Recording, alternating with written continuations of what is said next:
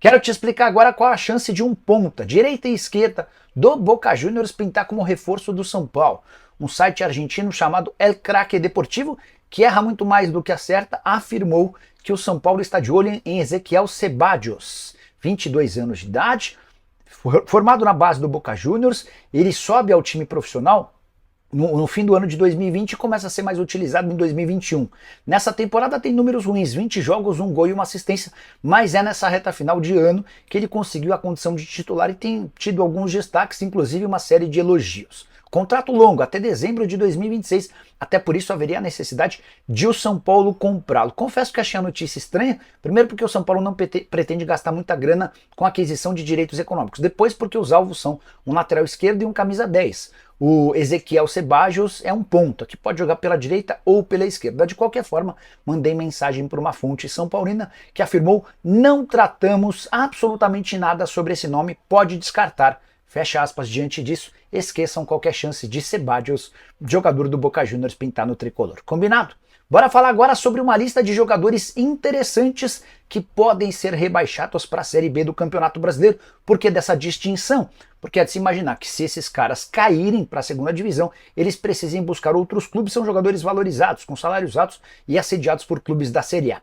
Começando pelo time com maior dificuldade de pontuação, o Atlético Goianiense, praticamente rebaixado. O jogador mais interessante é Luiz Fernando, meio atacante de 28 anos de idade, um dos caras que mais marcaram gol na atual temporada. Ele tem contrato só até dezembro, ou seja, nem haveria necessidade de pagar qualquer coisa ao Atlético Goianiense, bastaria chegar a um acordo com o atleta para contratá-lo. No Cuiabá, Isidro Pita, que tem jogado pela seleção do seu país, paraguaio de 25 anos de idade, Walter, goleiro de 37 anos, que já passou pelo Corinthians, e Denilson, volante de 23 anos de idade, que já foi especulado pelo Palmeiras e pelo Corinthians. No Red Bull Bragantino, a lista é um pouco mais extensa.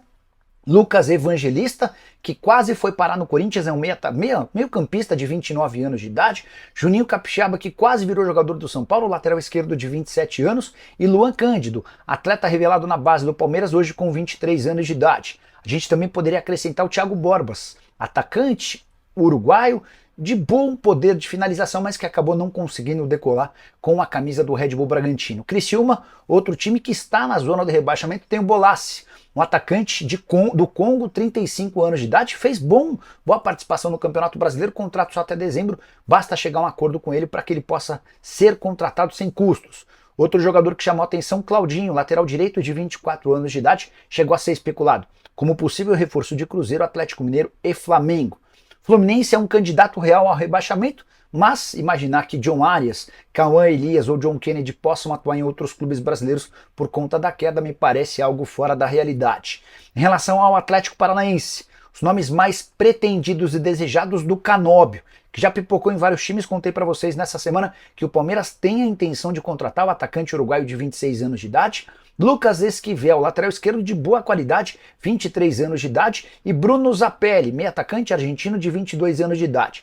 Queria acrescentar também o Coelho, atacante argentino de boa participação, especialmente nessa reta final de Campeonato Brasileiro. Se o time não cair, passará muito pela participação dele.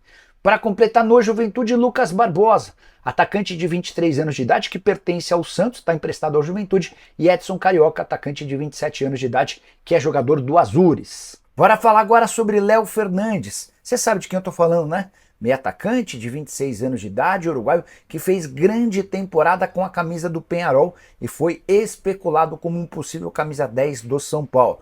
Tricolor procura um meio atacante com as características do jogador, que tem números impressionantes. Em 2024 foram 45 jogos, 21 gols e 16 assistências. Ele tem quase que uma participação em gol por partida. Foi o grande craque do Peñarol, a maior surpresa da Libertadores da América desse ano. Importante contar que o Léo não pertence ao Peñarol e já está descartada a sua permanência para o próximo ano.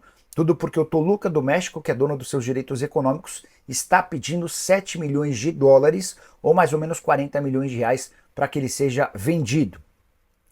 Nesse momento, não há nenhuma chance de o Peñarol fazer esse investimento. O mais provável é que apareçam propostas da Arábia Saudita e dos Emirados Árabes. Sobre o São Paulo, Antes de gravar o vídeo, consultei uma fonte tricolor.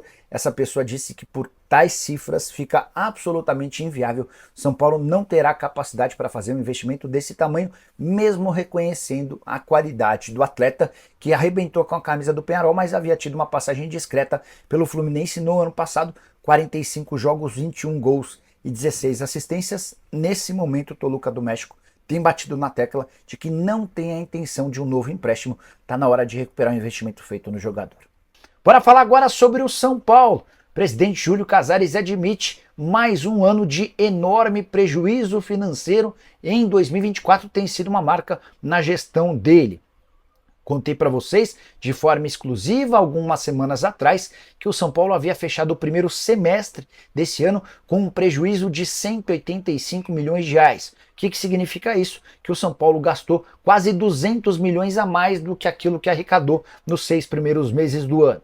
Como o tricolor não conseguiu chegar à disputa de títulos, nem no Campeonato Brasileiro, nem na Copa do Brasil, nem na Libertadores, não terá direito a prêmios gordos. As vendas de atletas também não apareceram. Pode até sair um negócio ou outro, como o do Rodrigo Nestor para o Bahia, mas por cifras na casa dos 7 milhões de euros, diante desse cenário, até o presidente Júlio Casares já admite mais um ano de enorme prejuízo. Só para lembrar, se confirmado o prejuízo, ele vai para o terceiro déficit em 4 anos como presidente. O maior deles em 2021, quando o São Paulo fechou com 157 milhões de reais no vermelho.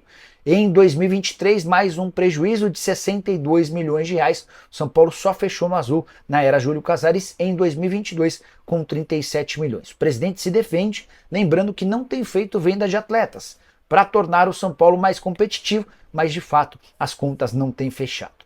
Só para arrematar, o total de prejuízo do Júlio Casares até aqui é de 182 milhões de reais. Se o déficit for superior a 30 milhões, e tudo se encaminha para isso, ele já vai ter um prejuízo acumulado superior ao da era Leco. O antigo presidente, o pior presidente da história do São Paulo, ficou 5 anos no clube e acumulou um prejuízo total de 211 milhões de reais.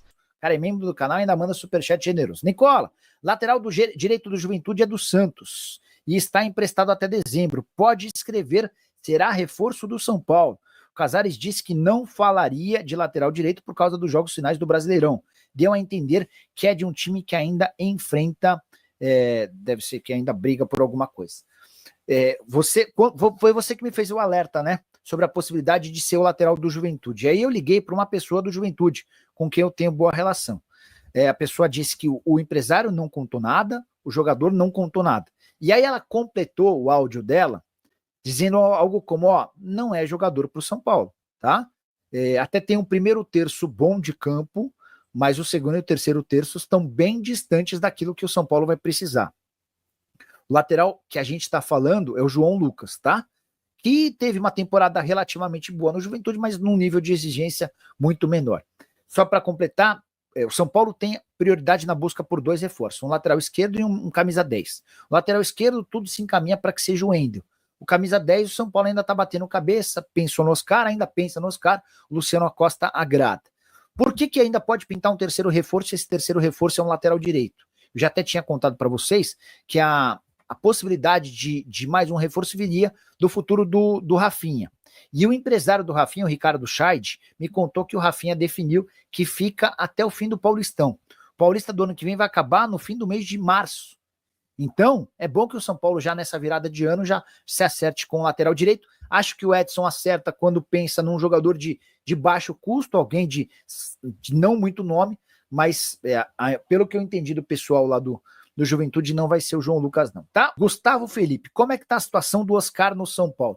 Gustavo, o São Paulo quer 2 reforços para o próximo ano. Como são só 2, no máximo 3 por conta do Rafinha, o São Paulo até cogita abrir os cofres para esses 2 ou 3 jogadores, tá?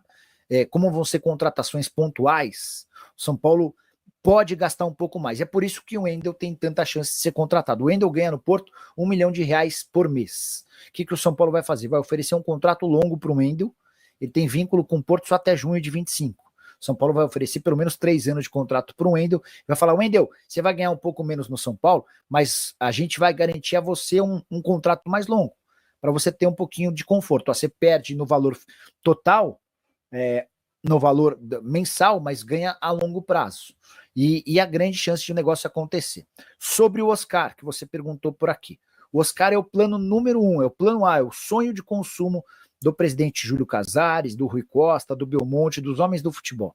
Eles entendem que o camisa 10 que o São Paulo busca tem o perfil do Oscar. O ponto é, o São Paulo está pessimista em relação ao Oscar. Se há otimismo em relação ao Wendel, há pessimismo em relação ao Oscar. O Tricolor sabe que o Oscar terá propostas de clubes do futebol brasileiro com mais capacidade financeira do que o Tricolor, tá? Só para citar um caso, o Oscar sempre esteve na pauta do Flamengo. E o São Paulo, por mais que converse muito com o Oscar, não tem tanta capacidade financeira assim, ó.